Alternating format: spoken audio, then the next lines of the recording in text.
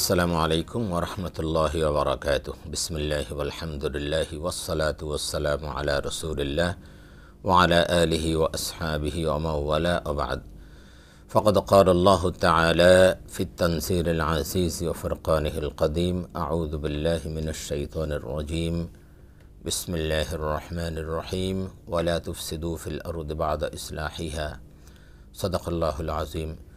সুপ্রিয় দর্শক শ্রোতা, কাছে দূরে বিশ্বজুড়ে যে যেখান থেকে বাংলা ভিশন দেখছেন, আপনাদের সকলকে আন্তরিক প্রীতি, শুভেচ্ছা ও স্বাগত জানিয়ে শুরু করছে আপনাদের প্রিয় অনুষ্ঠান প্রাত্যহিক জীবনে ইসলাম জিজ্ঞাসা ও জবাব। আর বরাবরের মতো আপনাদের সাথে রয়েছে আমি নাজির মাহমুদ। দর্শক, আপনিও চাইলে আমাদের অনুষ্ঠানে সরাসরি অংশগ্রহণ করতে পারেন। সেজন্য আমাদের এই স্কলে যে নাম্বারগুলো আছে সেখানে আপনাকে ফোন করতে হবে। আপনারা অবগত আছেন যে প্রতি বৃহস্পতিবার ঠিক এই সময় আমরা আপনাদের সামনে উপস্থিত হই এবং সমসাময়িক গুরুত্বপূর্ণ জীবন ঘনিষ্ঠ কোনো বিষয় নিয়ে আলোচনা করি আর আপনাদের প্রশ্নের জবাব দিয়ে থাকি। আজও আমরা তেমন একটি গুরুত্বপূর্ণ বিষয় নিয়ে আলোচনা করব যেটা সমস্ত বিশ্বকে নাড়িয়ে দিয়েছে। সেটা হলো ফিলিস্তিনে ইসরায়েলে আগ্রাসন এবং আমাদের করণীয়। প্রিয় দর্শক, আমরা সকলে অবগত আছি যে বর্তমান পরিস্থিতি কি। জায়নবাদী ইহুদিরা যে নির্মম অত্যাচার চালাচ্ছে মানবতার উপরে, সারা পৃথিবীটা দেখছে, অথচ সবাই চুপ করে আছে। যারা বিশেষ করে মানবতার ফেরিওয়ালা বলে আমরা জানি, সারা বিশ্বে মানবতা মানবতা বলে যারা স্লোগান দিয়ে থাকে, তারাও নিশ্চুপ, বরং তাদের ইন্ধনও রয়েছে এখানে। সুতরাং আমাদের কি করণীয় রয়েছে সে বিষয়ে ইনশাল্লাহ আমরা আলোচনা করব। এই বিষয়ের উপর আলোচনার জন্য দেশের বরেণ্য দুজন ইসলামী চিন্তাবিদ আজকে আমাদের স্টুডিওতে আমন্ত্রিত উপস্থিত হয়েছেন। চলুন তাদের সাথে পরিচিত হই। আমাদের সাথে রয়েছেন বিশেষ ইসলামী চিন্তাবিদ, শিক্ষাবিদ, গবেষক এবং মিডিয়া ব্যক্তিত্ব হযরত মাওলানা প্রফেসর ডক্টর মোহাম্মদ আব্দুল কাদের, অধ্যাপক এবং সাবেক চেয়ারম্যান আরবি বিভাগ, ঢাকা বিশ্ববিদ্যালয়। আসসালামু আলাইকুম ওয়া রাহমাতুল্লাহি ওয়া বারাকাতুহু। ওয়ালাইকুম আসসালাম ওয়া রাহমাতুল্লাহি ওয়া বারাকাতুহু। আমাদের সাথে আরও রয়েছেন বিশিষ্ট ইসলামী চিন্তাবিদ, শিক্ষাবিদ, মিডিয়া ব্যক্তিত্ব হযরত মাওলানা মুফতি মোহাম্মদ বদিউল আলম সরকার, প্রিন্সিপাল মাহমুদা খাতুন মহিলা কামিল মাদ্রাসা, ঢাকা। আসসালামু আলাইকুম ওয়া রাহমাতুল্লাহি ওয়া বারাকাতুহু। ওয়ালাইকুম আসসালাম ওয়া রাহমাতুল্লাহি ওয়া বারাকাতুহু। মোস্ট ওয়েলকাম আপনাদেরকে।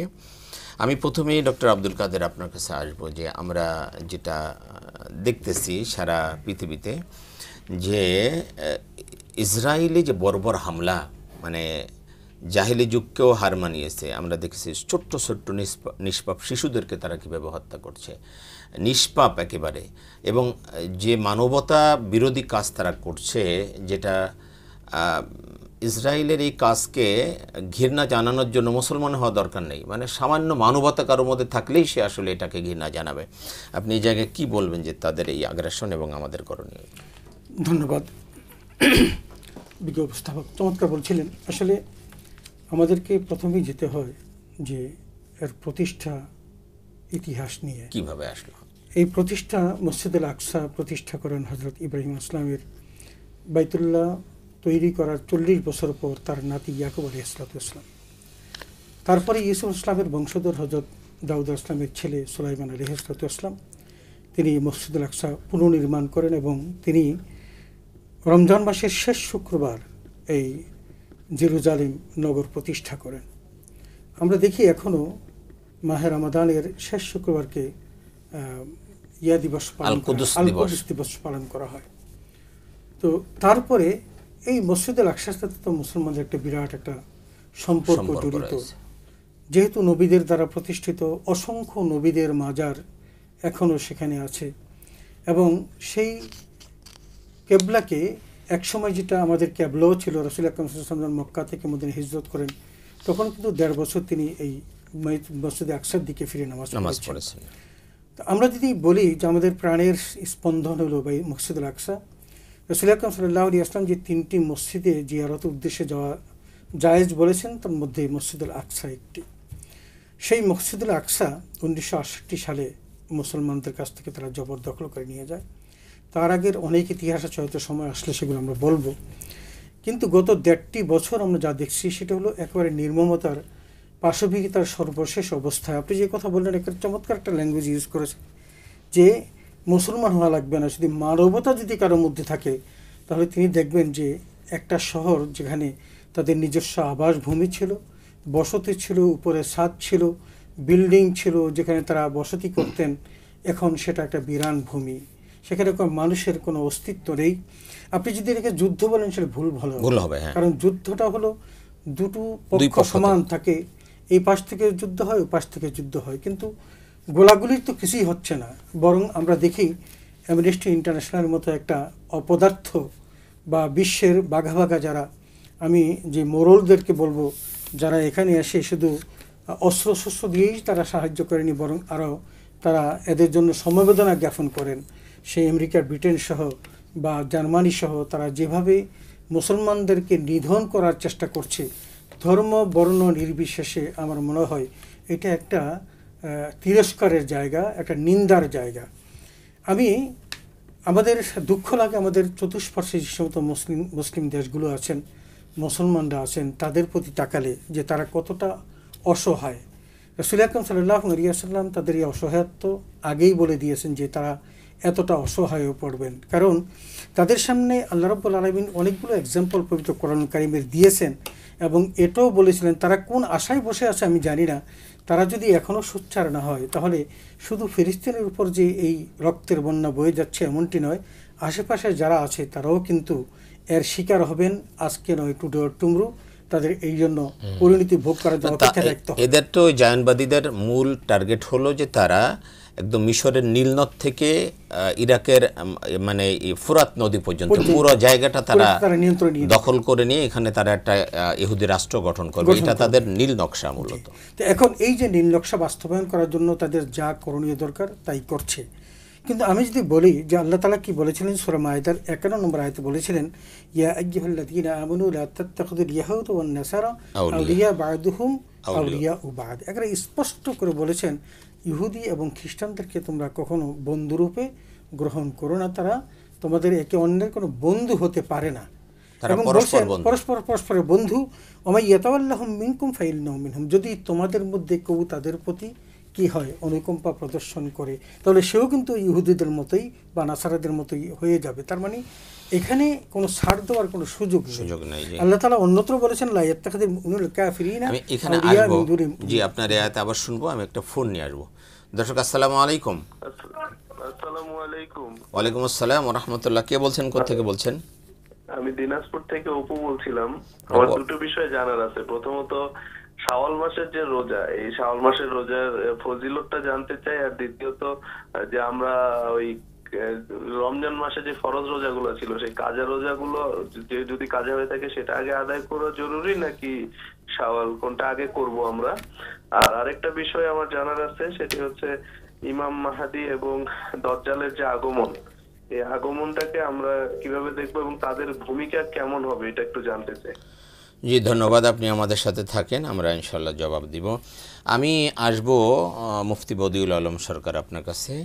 আমি প্রশ্ন দিয়ে শুরু করতে চাই। আমাদের অপু ভাই প্রশ্ন করেছেন, এই প্রশ্ন দিয়ে আপনার সাথে আলোচনা শুরু করতে। উনি চলেন শাওয়ালের রোজার ফজিলত তিনি জানতে চাচ্ছেন। জি, আসলে শাওয়ালের রোজার ফজিলত প্রসঙ্গে স্বয়ং নবী সাল্লাল্লাহু আলাইহি ওয়াসাল্লাম বলেছেন, হাদিসের মধ্যে আসছে, হাদিসের প্রায় সমস্ত কিতাবগুলোর মধ্যে আসছে। আবু আইয়ুব আনসারী রাদিয়াল্লাহু তাআলা আনহু সহ অনেক সাহাবী থেকে রিওয়ায়াত আসছে, নবী সাল্লাল্লাহু আলাইহি ওয়াসাল্লাম বলেছেন, মান সামা রমাদানা থুম্মা আতবাআহু সিত্তাম মিন শাওয়াল কানা কাসিয়ামিদ দাহর। যে ব্যক্তি মাহে রমজানের রোজাগুলো পালন করলো এবং এই শাওয়াল মাসের 6টি রোজা সে পাশাপাশি সে পালন করলো এবং রাখলো, তাহলে এই ব্যক্তি কানা কাসিয়ামিদ দাহর, সে যেন গোটা বছর সারা বছর যেন রোজা রাখলো। এর একটি ব্যাখ্যা হাদিসের মধ্যে আসছে ইবনে মাজাহ শরীফের মধ্যে। স্বয়ং রাসূল করিম সাল্লাল্লাহু আলাইহি ওয়াসাল্লাম বলেছেন যে আল্লাহ পাক কোরআন কারীমের মধ্যে বলেছেন, মান জাআ বিল হাসানাতি ফালাহু আশরু আমসালিহা, যে ব্যক্তি একটি নেক আমল করবে তাকে 10টি তার প্রতিদান সওয়াব দেওয়া হবে। এখন এই যে রমজান মাস 1 মাস, ফাশাহরুন বিআশারাতি আশহুর, এই রমজান হচ্ছে 1 মাস, এই এক যদি 10 দিয়ে গুণ করা হয় তাহলে 10 মাস, তাহলে রমজানের মাধ্যমে রমজানের রোজাও পালন হলো আর সাথে সাথে 10 মাসের রোজা তার অর্জন হয়ে গেল। সাথে সাথে এই যে 6টি রোজা, তাহলে 6টি 60, যদি 10 দিয়ে গুণ দেওয়া হয় 60 দিন মানে 2 মাস, তাহলে এটা পুরো বছর স্পষ্ট হয়ে গেল যে এক বছর যদি কোনো ব্যক্তি শাওয়াল মাসের 6টি রোজা পালন করে, তো সে যেন গোটা একটি বছর রোজা পালন করলো, আল্লাহ পাক সেই সওয়াব তাকে দান করবে। জি, তার আরেকটা প্রশ্ন আছে, বেশ ভালো এই প্রশ্নটা আমরা প্রায় পেয়ে থাকি। রমজানের কাজা রোজা আগে করবে যদি কাজা থাকে, তাই নাকি আগে শাওয়ালের রোজা পালন করবে? সেটা ফরজ যে জিনিসটা, ফরজ তো মুকাদ্দামুন আলা গায়রিহি, অন্যান্য সব জিনিসের চেয়ে ফরজটা অগ্রগামী। তো ইসলামকে তো অসাদ দিয়েছে, তাকে সুযোগ দিয়েছে যে ফরজ রোজা আগে পালন করা। আমরা কি নসিহত করব যে আগে ফরজটা পালন করেন, আর সুযোগ রয়েছে, ঠিক আছে আমি পরে ফরজটা পালন করব, যদি সে শাওয়াল মাসের রোজাটি রাখতে চায় সুযোগ আছে, কিন্তু আগে ফরজটা রেখে এরপরে যদি শাওয়াল মাসের রোজাগুলো রাখে তাহলে ওনার জন্য সবচেয়ে বেশি ভালো হয়। জি, তার আরেকটি প্রশ্ন হলো, ইমাম মাহদী আলাইহিস সালাম আসবেন, আমরা জানি ঈসা আলাইহিস সালাম আসবেন, এটা কখন আসবেন বা কি এরকম কোনো, এবং তাদের ভূমিকাটা কি হবে? এটা একটা গুরুত্বপূর্ণ একটি প্রশ্ন। নাহনু নান্তাজিরু লিল ইমাম আল মাহদী, আমরা ইমাম মাহদীর জন্য অপেক্ষা করছি। এটা হাদিসের মধ্যে ১৫০০ বছর আগে বিশ্ব নবী, নবীদের সম্রাট নবীজি মুহাম্মদ রাসূলুল্লাহ সাল্লাল্লাহু আলাইহি ওয়াসাল্লাম তিনি ইমাম মাহদীর আগমনের কথা বলেছেন, এবং বলেছেন লাউ কানাতিদ দুনিয়া ইয়াওমান, যদি দুনিয়া একদিনও বাকি থাকে তাহলে লাতালাহুল্লাহ আযজা ওয়া জাল্লা, আল্লাহ পাক এই দুনিয়াকে বড় করবেন, দিনকে বড় করবেন, দিনকে বড় করে ইমাম মাহদী এর আগমন ঘটাবেন। তো ইমাম মাহদী আখিরি জামানার মধ্যে আসবে, নবী সাল্লাল্লাহু আলাইহি সাল্লামের বংশ থেকেই আসবেন। সুস্পষ্টভাবে কখন আসবে, যেহেতু আলামতগুলো বলা হয়েছে, সুস্পষ্ট কখন আসবে, কোন সালে আসবে, এটা হাদিসের মধ্যে নেই। তবে যারা আধ্যাত্মবাদী বিশ্বাসী, যাদের আহলে কাশফ রয়েছে এবং অনেক আল্লাহওয়ালা, ওনারা বলছেন যে ইমাম মাহদী আলাইহিস সালাতু ওয়াস সালামের আগমন একদম সন্নিকটে। অনেকে তো বলছেন যে ইমাম মাহদী আলাইহিস সালাতু ওয়াস সালাম তিনি তার জন্ম হয়েছে, কিন্তু প্রকাশটা এবং পৃথিবীতে প্রকাশটা আল্লাহ পাকের একটা ওয়ার্ডারের বাকিতে প্রকাশ পাবেন। আমরা বর্তমান বিশ্ব সিচুয়েশন যে অবস্থা, বিশেষ করে আমরা মধ্যপ্রাচ্যে এই ফিলিস্তিনি ভূখণ্ডের মধ্যে এই বর্বর ইহুদিরা যে নৃশংস হত্যাযজ্ঞ চালাচ্ছে, এবং গোটা পৃথিবীতে ইসলামের উপর যে হামলা হচ্ছে পৃথিবীর মুসলমানদের উপরে, এর একটা ক্ষেত্র তৈরি হয়ে গেছে যে মাহদী আলাইহিস সালাতু ওয়াস সালাম যিনি আসবেন এবং মুসলমানদের নেতৃত্ব দিবেন, সারা পৃথিবীতে আবার শান্তি প্রতিষ্ঠা করবেন। জি, আল্লাহ তৌফিক দান করুন, আমরা যেন দেখে যেতে পারি। আমরা আজকে যে বিষয়ে আলোচনা করছিলাম, আপনার মতামতটা যদি বলতেন, ফিলিস্তিনি যে ইসরায়েলি আগ্রাসন এবং আমাদের করণীয়। আপনার কাছে আমি আসবো ইনশাআল্লাহ। আমি আব্দুল কাদের স্যার আপনার কাছে আসছি, যে আপনি যেটা বলছিলেন কোরআনুল কারীমের আয়াত, জি, সেখানে আল্লাহ তাআলা যে কথাটি বলেছেন, আমি শুধু প্রসঙ্গটা আনলাম এই কারণে যে কোনো কথা তো আল্লাহ রাসূল বাদ রাখেন নাই, আমাদেরকে সতর্ক করার জন্য বাদ রাখেন নাই। বলেছেন যে ইহুদি নাসারা তারা একে অপরের বন্ধু, আমরা সেটা এখন বাস্তবে দেখতেছি। এবং কোরআন কারীমে আমরা এটাও দেখেছি যে সূরা আলে ইমরানের 28 নম্বর আয়াতে, সেখানেও কিন্তু আল্লাহ তাআলা বলছেন লা ইয়াত্তাখিযুল মিনুল কাফিরিন আউলিয়া মিন দুনিল মুমিনিন, কাফেরদেরকে তোমরা মুমিনরা যেন বন্ধুরূপে গ্রহণ না করে। তো এখন আমরা কোন ভরসায় বসে আছি? রাসূল আকরাম সাল্লাল্লাহু আলাইহি ওয়াসাল্লামকে কিন্তু আল্লাহ নিজেই বলেছে ওয়ালান তারদা আনকাল ইয়াহুদ ওয়ালান নাসারা হাত্তা তাত্তাবিআ মিল্লাতাহুম। তাহলে আমাদের মধ্যপ্রাচ্যের শাসক গোষ্ঠীকে তারা ভাবছে যে তারা একদিন তাদের ইহুদি এবং খ্রিস্টান ধর্ম গ্রহণ করবে, তখন তারা তাকে সাপোর্ট করবে। এটা কোশ্চেন কালো নবে। যদি তারা মুসলমানিত্ব বরণ করে এবং এটাকেই ধরে রাখে, ইহুদি এবং খ্রিস্টানরা কখনোই তাদেরকে পছন্দ করবেন না, ভালোবাসবেন না, এবং রাসূলের সময়ও করেন নাই। আজকে যে ঘটনাটা ঘটছে সেটা হলো, আপনি দেখেন কফিনে মোড়ানো হাজার হাজার শিশুদের লাশ। আচ্ছা, অ্যামনেস্টি ইন্টারন্যাশনাল কী জবাব দিবেন? মানবতাবাদীরা কী জবাব দিবেন? যে মানবতার জন্ম হয়েছিল আজ থেকে 1450 বছর পূর্বে, যদিও আমাদের মানবতার জন্ম হয়েছিল 150 বছর পূর্বে। এই যে মানবতা তারা জন্ম দিয়েছেন, সেখানে যে মানবতার রেশিওগুলো তারা বলেছেন, আজকের এই ফিলিস্তিনিদের সাথে কোন রেশিওটা মিলে?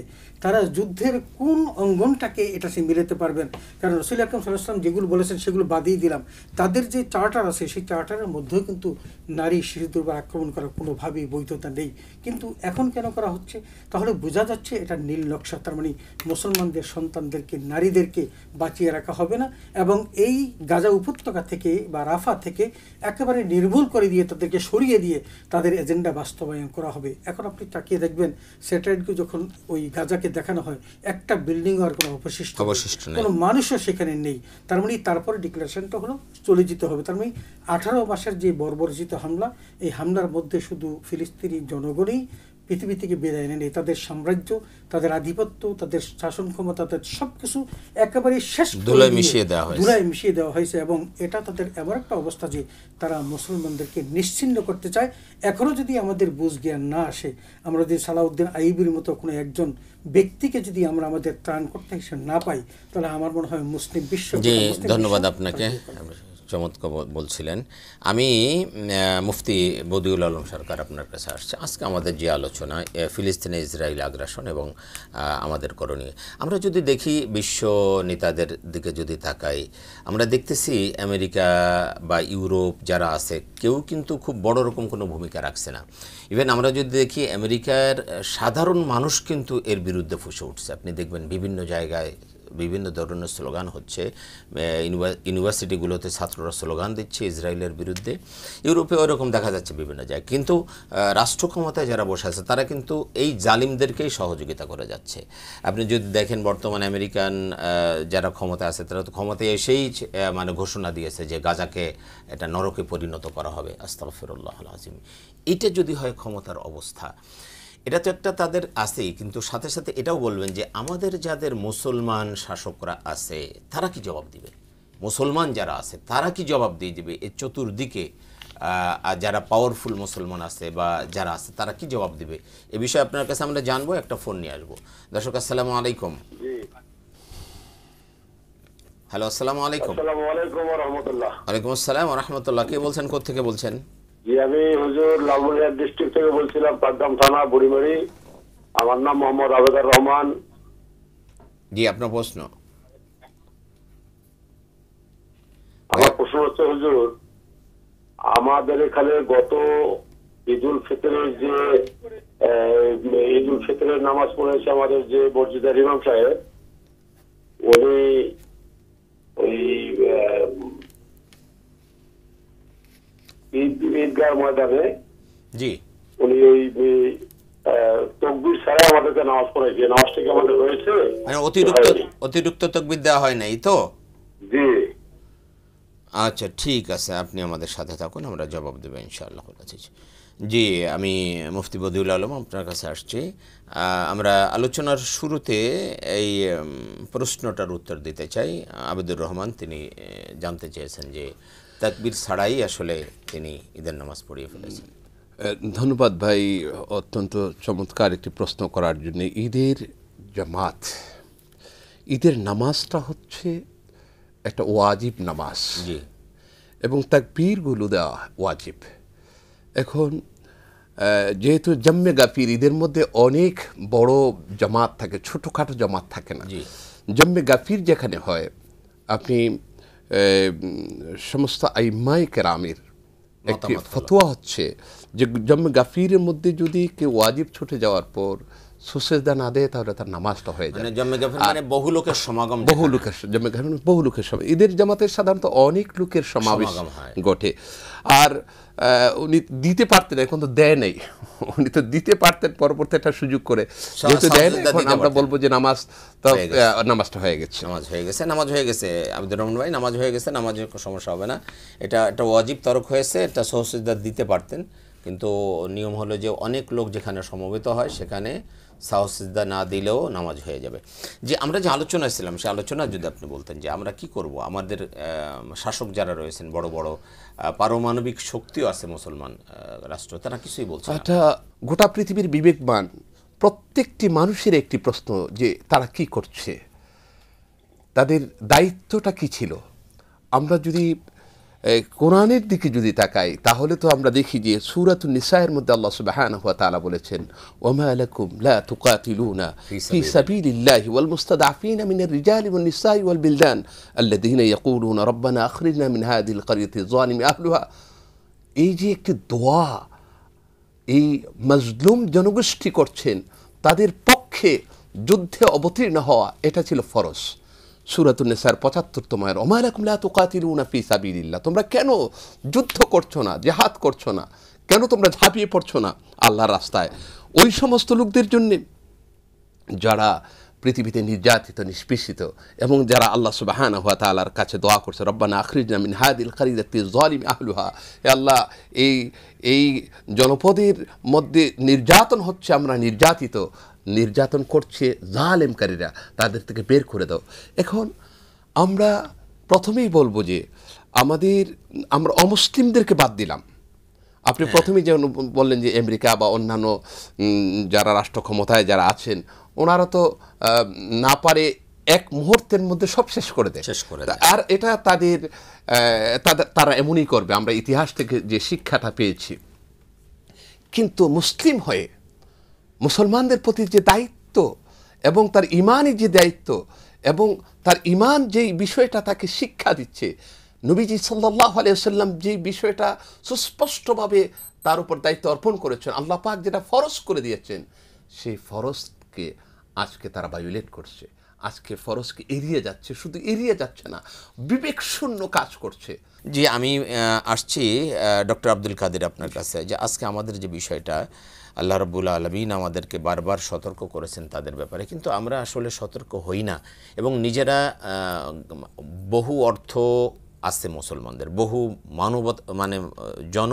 মানব আছে, বহু জনশক্তি আছে, তারপরেও আজকে তাদের এই অবস্থা। শুধুমাত্র আমার মনে হয় কোরআন সুন্নাহ থেকে দূরে সরে গেছে এবং বিলাসিতায় গা ভাসিয়ে দিয়েছে, যার কারণে আজকে পরিস্থিতি। আপনি কি বলবেন? আসলে আপনি যথার্থ বলেছেন। আসলে আমি যদি বলি যে আমাদের বিজ্ঞ আলোচক যে কথাটা বলেছিলেন, যে আল্লাহ রাব্বুল আলামিন আমাদেরকে প্রথমত বলেছিলেন তাদের বিরুদ্ধে জিহাদে অংশগ্রহণ করার জন্য, কারণ ওখানকার সেই শিশুরা, তার সেখানকার দুর্বল মানুষগুলো, পুরুষ হোক নারী হোক, তারা তো সেখানে ভিক্টিমাইজড, তারা ক্ষতিগ্রস্ত এবং চরম নির্যাতনের শিকার, জুলুমের শিকার। এবং তারা শুধু আল্লাহর কাছে এই কথাও বলছেন, রব্বানা আখরিজনা মিন হাযিহিল কারিয়াতি যালিমি আহলুহা, এবং এটাও বলেছেন যে ওয়াজআলনা মিন লাদুনকা ওয়ালিয়্যান ওয়াজআলনা মিন লাদুনকা নাসিরা। আল্লাহর কাছে তারা সাহায্য চেয়েছেন, যে সাহায্যকারী পাঠাও, একজন ওলি পাঠাও। কিন্তু আমরা তো সালাউদ্দিন আইয়ুবীর মতো একজন ওলিকে পাই নাই। আপনি দেখুন 648 খ্রিস্টাব্দে হযরত ওমর ফারুক রাদিয়াল্লাহু আনহু তিনি কিন্তু বিনা যুদ্ধে সেদিন জেরুজালেম জয় করেছিলেন। ইহুদিদের যে কথাটা বলছেন, তাদের বাই বর্ণ তারা একটা মাগদুব, এদেরকে অভিশপ্ত বলা হয়েছে। কেন অভিশপ্ত? এই কারণে যে তারা অসংখ্য নবীকে হত্যা করেছেন। তারা এই বনি ইসরাঈলের যেদেরকে বাঁচিয়ে রাখলেন হযরত মুসা আলাইহিস সালাম, তারা কিন্তু প্রতিটি পরতে মুসা আলাইহিস সালামের সাথে তারা গাদ্দারি করেছিল এবং মুসা আলাইহিস সালামকে তারা শান্তি দেন নাই। আমরা একজন বড় নবী এবং তাকে খুব কট্টর নবী হিসেবে জানি, সেই মুসা আলাইহিস সালাম কিন্তু তাদের দ্বারা অনেক নিগৃহীত হয়েছেন। তো তাদেরই তো উত্তরসূরিয়ারা। এখন আমরা যারা এইগুলো দেখছি, দেখার পরও আমরা কি করছি? আমরা শুধু বলছি যে আল্লাহ তুমি তাদেরকে, ফিলিস্তিনি মানুষদেরকে সাহায্য করো, কিন্তু আমাদের যে দায়িত্বটা ছিল সেটা কিন্তু আমরা পালন করতে যাই নাই, করছি না। কিন্তু আল্লাহ রাব্বুল আলামিন শুনে দেখেন সূরা মুহাম্মদের মধ্যে কিন্তু 4 নম্বর আয়াতে যে কথাটা বলছেন, ওয়ালা ইয়াশাউল্লাহু লানতাসারা মিনহুম, আল্লাহ কিন্তু চাইলে এদেরকে ধ্বংস করে দিতে পারেন। আজকে যে সমস্ত মিসাইল তারা ছুটতেছে, যে সব আধুনিক মারণাস্ত্র তারা ছুটতেছে, আল্লাহ রাব্বুল আলামিন চাইলে এগুলোকে মুহূর্তের মধ্যে বিকল করে দিতে পারেন, একটাও ফুটবে না। এটা কুন ফায়াকুন দ্বারা যিনি গোটা জগৎকে নিয়ন্ত্রণ করেন, সে আল্লাহর জন্য এটা কঠিন কিছু না। কিন্তু কেন করছেন না?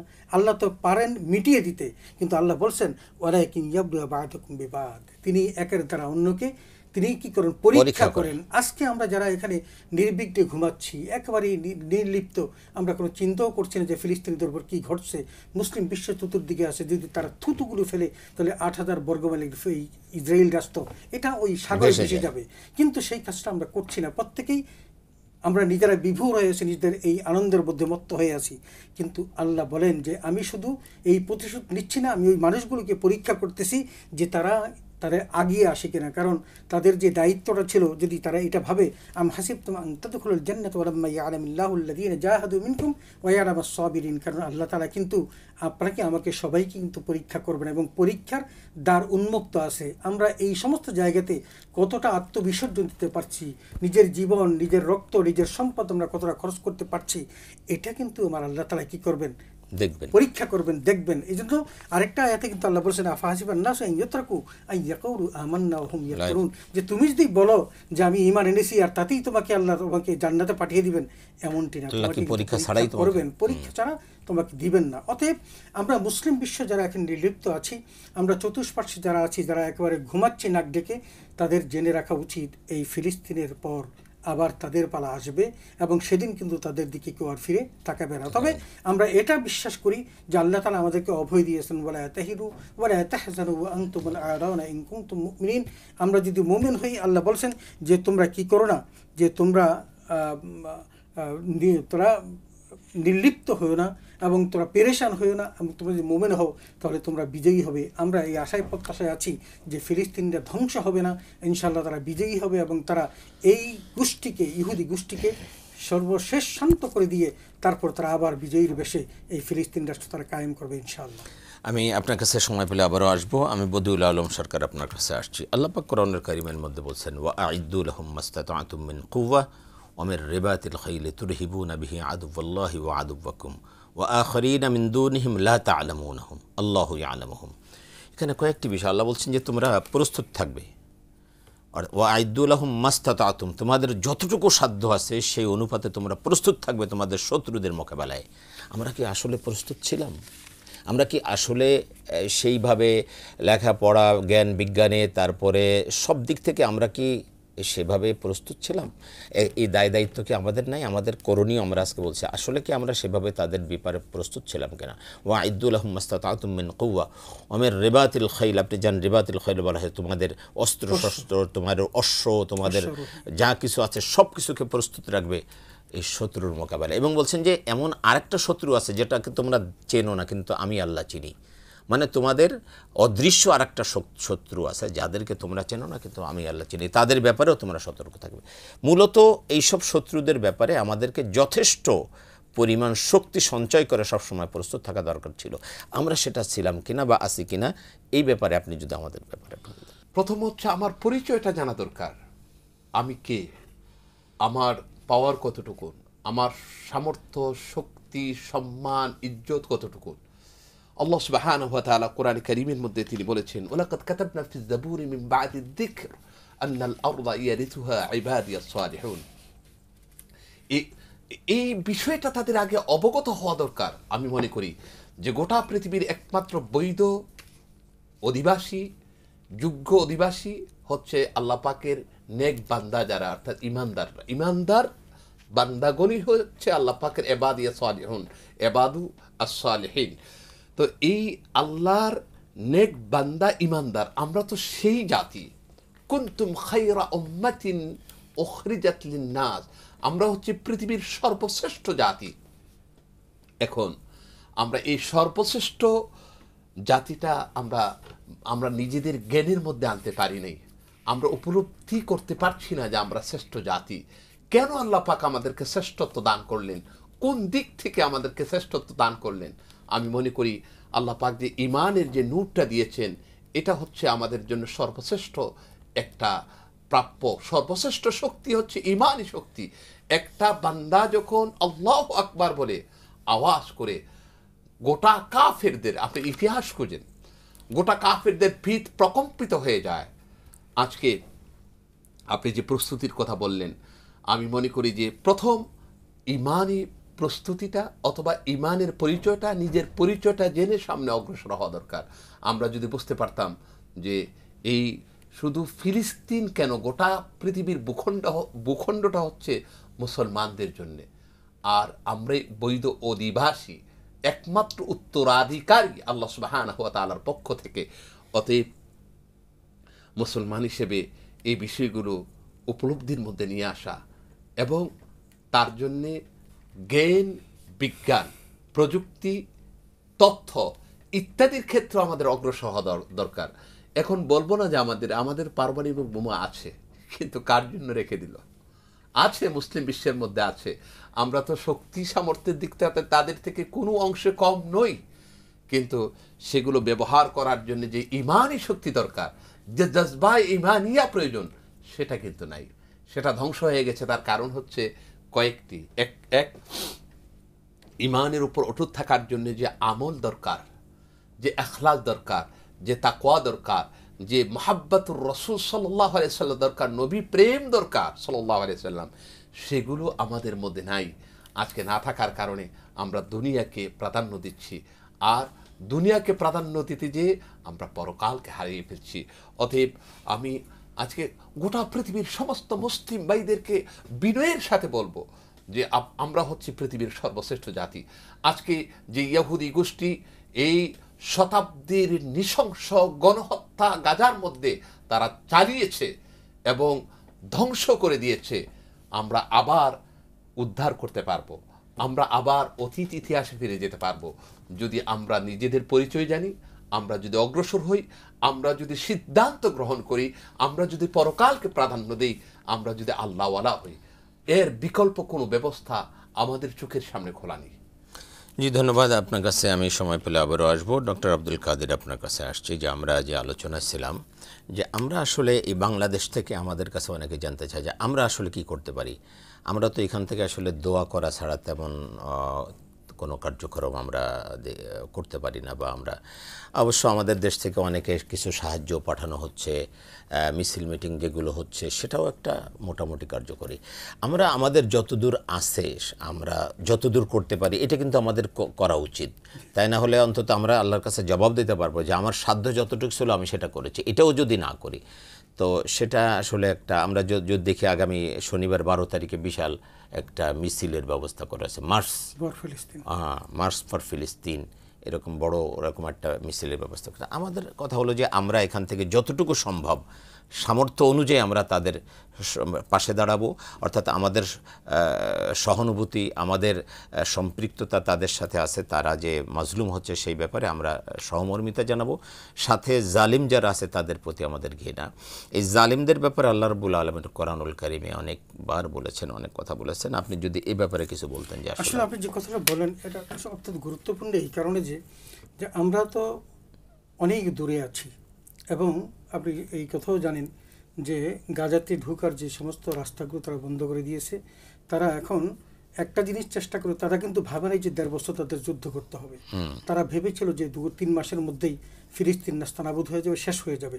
কিন্তু ফিলিস্তিনকে আল্লাহ এখনও টিকিয়ে রেখেছেন, ফিলিস্তিন মানুষগুলোকে এখনও তারা টিকিয়ে রেখেছেন। এখন তারা আল্লাহু আকবার ধ্বনি দিয়ে তারা এখন বাঁচার চেষ্টা করতেছেন। কিন্তু প্রশ্নটা হলো যে আমরা দূরে যারা আছি তারা প্রতিনিয়ত দোয়া করছি, আমরা এটাও বিশ্বাস করি যে বদর এবং উহুদের যুদ্ধে আল্লাহ রাব্বুল আলামিন তার অসংখ্য ফেরেশতা দ্বারা সাহায্য করেছেন, এবং মানুষ দেখেছে, সাহাবীরা দেখেছেন আল্লাহ সেই ফেরেশতাদেরকে।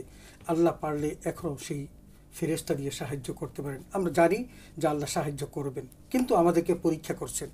2 নম্বর যেটা, সেটা হলো এই, আমরা আমাদের শাসক গোষ্ঠী যারা আছে তাদেরকে আমরা বুঝাতে পারি, ইনফ্লুয়েন্স করতে পারি যে ওরা যদি ঐক্য হতে পারে আমরা ঐক্য হতে পারবো না কেন। কুল্লু কুফরিন মিল্লাত ওয়াহিদা, কুল্লু মুসলিমিন মিল্লাত ওয়াহিদা।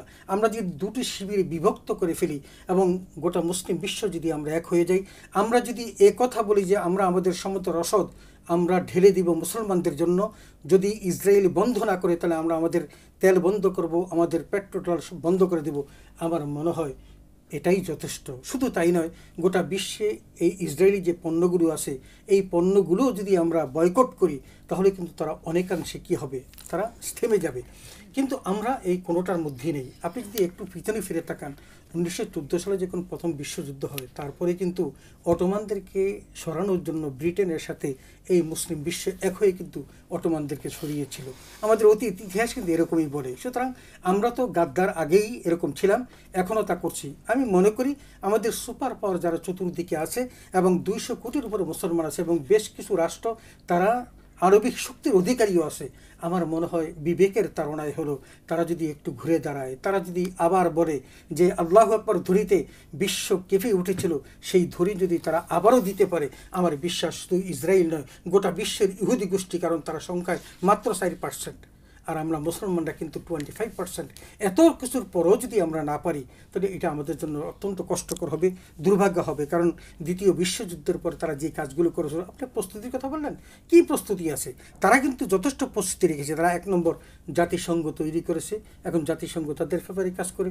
অ্যান্তনিও গুতেরেসও তিনি বিবৃতি দিলেন যে প্রতিদিন 1000 শিশু মারা যাচ্ছে, 100 শিশু মারা যাচ্ছে, কিন্তু তিনি কি কোনো কার্যকরী কিছু করতে পেরেছেন? পারেন নাই। 2 নম্বর, আমাদের বিশ্ব ব্যাংক প্রতিষ্ঠা করে সুদ আমাদের প্রত্যেকের ঘরে ঘরে ঢুকিয়ে দিয়েছে। আমরা কি পারছি সুদ থেকে বেরিয়ে আসতে? 3 নম্বর, মিডিয়ার মাধ্যমে গোটা বিশ্বের মুসলমানদেরকে সন্ত্রাসী বানানো হয়েছে। আমরা কি পেরেছি তারা যে সন্ত্রাসী কথা বলতে? আজকে গোটা বিশ্বের মধ্যে সবচেয়ে বড় সন্ত্রাসী হলো এই ইহুদিরা। আমরা কি তাদেরকে, ইহুদিদেরকে মিডিয়ার মাধ্যমে ট্রিট করতে পেরেছি? পারি নাই। আমাদের প্রত্যেকটা বড় বড় নিউজ পোর্টাল যারা, সবই ইহুদিদের হাতে, মিডিয়া তাদের হাতে, আমাদের শিক্ষা ব্যবস্থাগুলোকে ধ্বংস করে দিয়েছে। আবার 5 নম্বর, অস্ত্র সজ্জে তারা সজ্জিত। এখন যত সুপার পাওয়ার মারণাস্ত্র সব তাদের হাতে আছে। এবং 6 নম্বর, বুদ্ধিভিত্তিক কৌশলে তারা আমাদের চেয়ে হাজার হাজার গুণ এগিয়ে আছে। আমরা শাহী বালাখানার মধ্যে সুরা পান করছি, শাহী বালাখানার মধ্যে আঙ্গুর চিবাচ্ছি, শাহী বালাখানার মধ্যে খেজুর খেয়ে খেয়ে আমরা আমাদের ভুঁড়িকে আরও মোটা করছি। কিন্তু আমাদেরকে একদিন জবাবদিহি করতে হবে আল্লাহর কাছে এবং বলতে হবে যে ফিলিস্তিনের মানুষগুলোদের রক্ত ঝরেছিল, শিশুদের রক্ত ঝরেছিল, তোমার ভূমিকাটা কী ছিল? সেদিন জবাব দেওয়ার মতো হয়তো তাদের কোনো বাক্য থাকবে না, কোনো উত্তর থাকবে না। জি, চমৎকার বলছিলেন। আসলে আমাদের নিজেদের নিয়ে বিষয়টা চিন্তা করা দরকার। মাওলানা বদিউল আলম সরকার, আমরা যে বয়কটের কথা শুনলাম, এটা একটা বড় বিষয়। সারা দেশে যদি আমরা তাদের পণ্যগুলো আমরা বর্জন করবো, তাহলে কিন্তু তাদের অর্থনৈতিকভাবে তারা যথেষ্ট একটা চাপের মধ্যে পড়ে যাবে। এই বিষয়টা আপনি কিভাবে দেখছেন? এটা জিহাদের একটা অংশ আমি মনে করি, এবং আমার মনে হয় যে গোটা পৃথিবীর সত্যপন্থী আলেম ওলামা এবং সত্যপন্থী মুসলমান মোমেন আর সত্যপন্থী অন্যান্য ধর্মাবলম্বী সবাই বিশ্বাস করছে যে আজকে মুসলমানদের পাশে, গাজার পাশে, ফিলিস্তিনের পাশে দাঁড়ানো উচিত এবং জিহাদ করা এটা ফরজ হয়ে গেছে। আল্লাহ পাক কোরআন কারীমের মধ্যে 1500 বছর আগে বলেছেন, কুতিবা আলাইকুমুল কিতাল ওয়া হুয়া কুরহুল লাকুম। এই জিহাদটা, কেতালটা, সরাসরি সশস্ত্র সংগ্রামটা তোমাদের জন্য ফরজ করা হয়েছে। এই জিহাদের একটি পার্ট হিসাবে আমরা তাদের পণ্যগুলোকে বর্জন করার ঘোষণা দিতে পারি। ইতিমধ্যে সারা পৃথিবীর মুসলমানরা ঘোষণা দিয়েছে, এরপরও কিন্তু চলছে। আমার মুসলিম ভাই এবং বোনেরা অনেকে না জেনে তাদের পণ্যগুলো, যেমন তাদের পানীয়গুলো, তাদের দ্রব্যগুলো ব্যবহার করছে। আমরা একদম সুস্পষ্টভাবে বলে দিচ্ছি এগুলো হারাম হবে এই মুহূর্তে, এবং সবসময় এটা তাদের কাজে এবং মুসলমানদের নির্মমভাবে হত্যা করার কাজে ব্যবহৃত হচ্ছে তাদের এই অস্ত্র, তাদের এই টাকা পয়সা। অতএব আমরা তাদের পণ্যগুলো বর্জন করব নিজে, এবং যেখানেই আমরা দেখি সাথে সাথে আমরা এখানে প্রতিবাদ করে অথবা বুঝিয়ে হোক, যেভাবে বুদ্ধিভিত্তিক বুঝিয়ে সেটাকে আমরা বর্জন করি। ধন্যবাদ আপনাকে। আমি সর্বশেষ স্যারের কাছে আসছি, আপনি যদি একদম 20 সেকেন্ডের মধ্যে আজকের বিষয়টা সামারি করতেন। আমি টোটালি বলবো, মুসলিম বিশ্ব আবারও জেগে ওঠা উচিত। কাফের মুশরিক দ্বারা ক্ষত বিক্ষত হয়েছে গোটা মুসলিম বিশ্বের মানচিত্রগুলো। সেই মানচিত্রের একটা অংশ ছিল গাজা, ফিলিস্তিন। এই ফিলিস্তিনের মধ্যে অসংখ্য নবীদের মাজার আছে। আমরা জানি রাসূল আকরাম সাল্লাল্লাহু আলাইহি ওয়াসাল্লাম বাইতুল মুকাদ্দাসে তিনি যখন মেরাজে গিয়েছিলেন, সেখানে তিনি 2 রাকাত নামাজও পড়েছিলেন। আমার নবীর জীবনের ইতিহাসের সাথে একটা অংশ মিশে আছে এখানে। আমাদের স্বাধীন এই ফিলিস্তিনি রাষ্ট্র, এটা যেভাবে আছে সেটা সুপ্রতিষ্ঠিত হোক, গাজা অবরুদ্ধ আছে সেটা মুক্ত হোক, এবং বাইতুল মুকাদ্দাস আবারও মুক্ত হোক, এবং সেখানে আবার নামাজ চালু হোক। আমরা যেন সেখানে যেতে পারি, এবং যেখানে 1 রাকাত নামাজ পড়লে 25,000 রাকাতের সওয়াব, আমরা যেন সেটা অর্জন করতে পারি। আল্লাহ সেই তৌফিক আমাদের দান করে। জি, আপনাদের উভয়কে ধন্যবাদ অনেক চমৎকার কিছু তথ্য দেওয়ার জন্য। প্রিয় দর্শক, আমরা অনুষ্ঠানের একেবারে শেষ প্রান্তে চলে এসেছি। আজকে ফিলিস্তিন, গাজা, তাদের যে পরিস্থিতি, আসলে এটা বর্ণনাতীত। এটা আমরা দেখেছি, মানে নিরাপত্তা বলতে কিছুই নেই। আমরা দেখেছি যে দ্বিতীয় বিশ্বযুদ্ধের পরে এই ইহুদিরা যখন এই ফিলিস্তিনে প্রথম আসে, তারা একেবারে খালি পায়ে এসেছিল, খালি পায়ে, খালি গায়ে। তারা এখানে আশ্রিত, তারা এখানে আশ্রয় নিয়েছিল, মুসলমানরা তাদেরকে আশ্রয় দিয়েছিল। আশ্রিত মানুষগুলো এখন বাড়িওয়ালাদেরকে সে বাড়ি থেকে নিশ্চিহ্ন করে দিচ্ছে। কি আজীব কাণ্ড! তাদেরকে আশ্রয় দেওয়া হয়েছিল, পৃথিবীর কোথাও আশ্রয় ছিল না তাদের, মুসলমানরাই তাদেরকে আশ্রয় দিয়েছিল। আর আশ্রিত হয়ে তারা আজকে, যারা আশ্রয়দাতা, তাদেরকেই দেশ থেকে উৎখাত করছে, তাদেরকেই মানে নিশ্চিহ্ন করে দিচ্ছে।